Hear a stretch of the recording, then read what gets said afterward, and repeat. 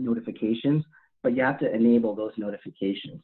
And when you do enable that, Clarity will actually generate insights on your glucose information and push that out to your phone.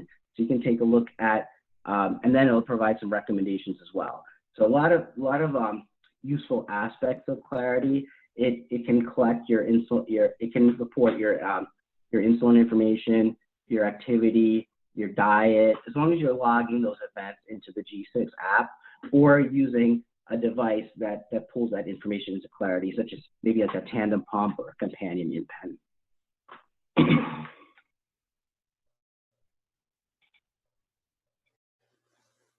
So I just want to show you what the Clarity dashboard looks like. And when you use the dashboard, it actually helps users, when you use Clarity a few times a month, those users actually experience up to 15% increased time in range compared to patients who don't, compared to users, non-users. So really taking advantage of Clarity can help you spend more time in range. And the information is really laid out very simply. You can report over a certain time period. You get your average glucose.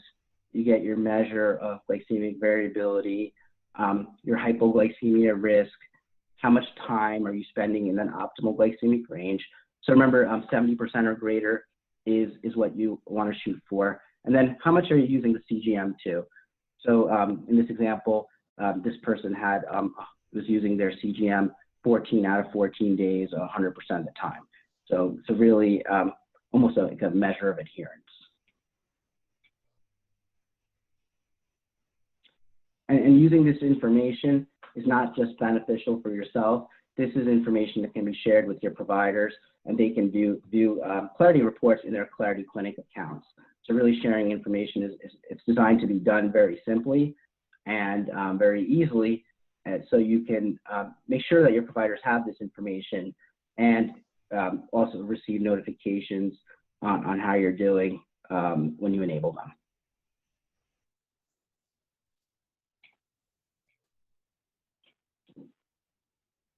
Some of the features that I wanted to, they talked about earlier that taking advantage of is really important. The G6 allows for sharing of real-time CGM data.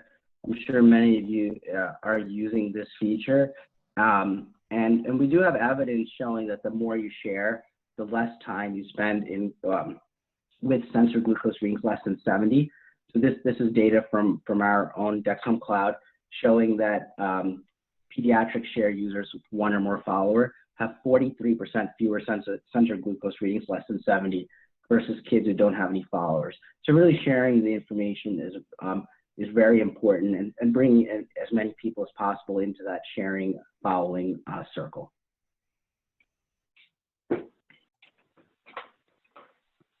So using the features of the CGM to spend more time in range. So we've actually looked at our internal data, and we have evidence that shows that patients who use 4 or more features, such as low, high, and urgent low soon alerts, Clarity, and real-time sharing, versus those who use 3 or less, spend 4% more time in range, or they have 1 more hour per day in that optimal glycemic range, spend less time in severe hypoglycemia, and experience less glycemic variability. So really taking advantage of the G6, the features that are available can also help you stay safe because it allows you to spend more time in range and less time in severe hypoglycemia.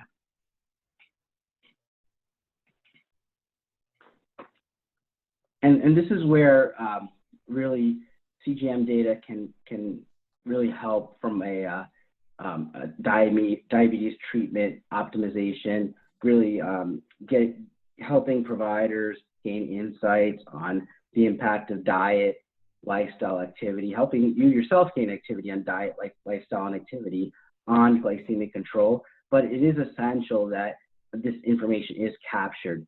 And once it's captured, it really does allow for a successful telehealth and remote monitoring interaction. It lets you see how the insulin is working, helping optimize that treatment, and just really allowing for meaningful insights to help adjust behavior and food intake to really achieve those glycemic goals.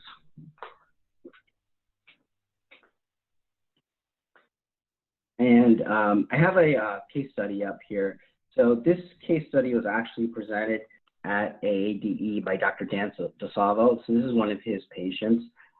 This is a 21-year-old who's had type 1 diabetes for 10 years. His average, his A1C before starting CGM was 9.2%. And this patient was not enthusiastic about his treatment. So if you look at his time spent low, time spent in target range, and time spent high, you see this patient spending very little time low, but a lot of time in hyperglycemia and very little time in that optimal glycemic range. So not very engaged with his treatment, using the CGM about 73% of the time. After 3 months of the CGM, you see the average A1C going down to 7.2%. But the nice part here is the patient just gaining a lot of insights from their data, really understanding the role of treatment, potentially diet and lifestyle, to spend more time in this optimal glycemic range, going from about 50% to 74%. But the nice part here is still very little time in hypoglycemia, but spending less time in hyperglycemia, just getting a better handle on his diabetes and the impact of diet, lifestyle, and treatment, and really utilizing the CGM very well, about 86% of the time. Then after 6 months on the CGM, we see his A1C go down to 6.4%. Again, very little time low, below 70, 0.7%. 93% of the time in that optimal glycemic range, so between 70 to 180, and very little time hyperglycemic. And that's the great part about the CGM for this particular patient. Those insights really help this patient understand how to manage their disease. And you see the patient really valuing the information because they're using the CGM about 97% of the time. So using this information from the CGM help the patient make use their treatment better, make good diet decisions, lifestyle decisions, and then sharing this information with their provider really helped both the patient and the provider get on the same page so they can optimize that diabetes treatment plan and be successful to help this 21-year-old really be successful managing a difficult disease. And that's the nice part about technology such as CGM and the environment that we're in. Even though it is a very stressful time, it did kickstart telehealth quite a bit. Telehealth was discussed and it was it was talked about, but not fully implemented. This pandemic has provided quite a bit of a kickstart, quite a bit of almost an opportunity to provide better care for patients living with a chronic disease that requires 24/7 management. So really, it's bringing together the data, it's bringing together the patient and the provider to help right now stay safe during this difficult time.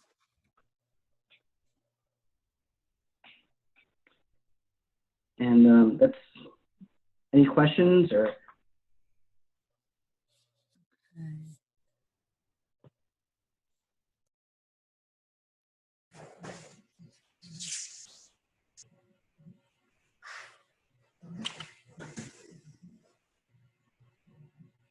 I have a question. What, if anything, can you tell us about G7 or other technologies that you're working on and maybe coming out soon? Yeah, so the G7, so right now with the G6, there's a sensor that you wear for 10 days, a transmitter you wear for 90 days, they're two separate components. The goal with the G7 is to have that sensor and transmitter be one unit. So very similar to the Libre, where you don't have two different components. So that sensor and transmitter will be one unit, and then you'll just when you're done with it after 10 to 14 days, you'll take it off and then place a new one on, so you don't have to hold on to that transmitter. So that's the major advancement with the G7.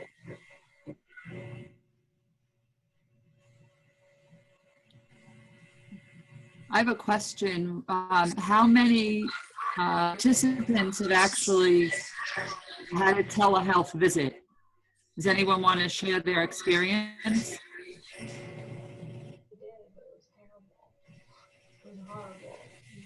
You asked, has anybody had a telehealth visit?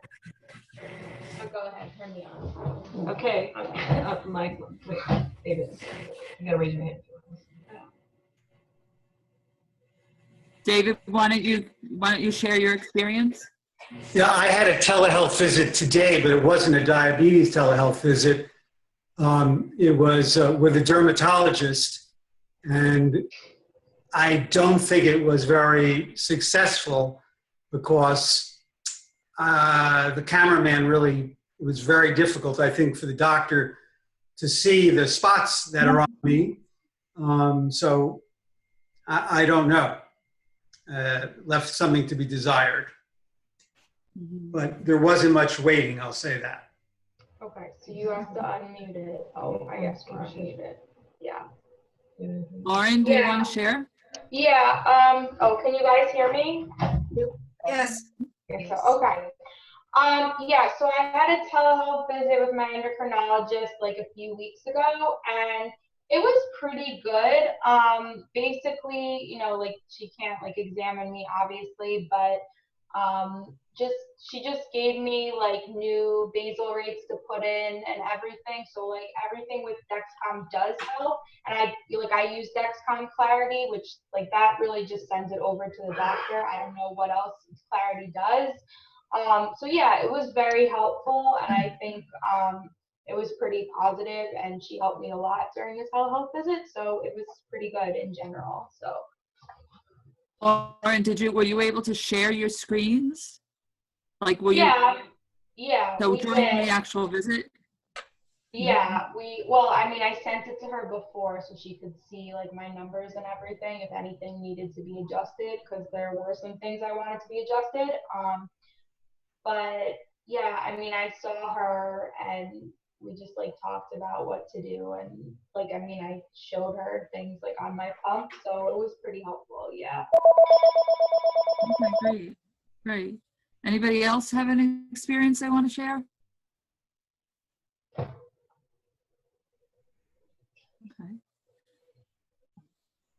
Any other questions pertaining to the presentation?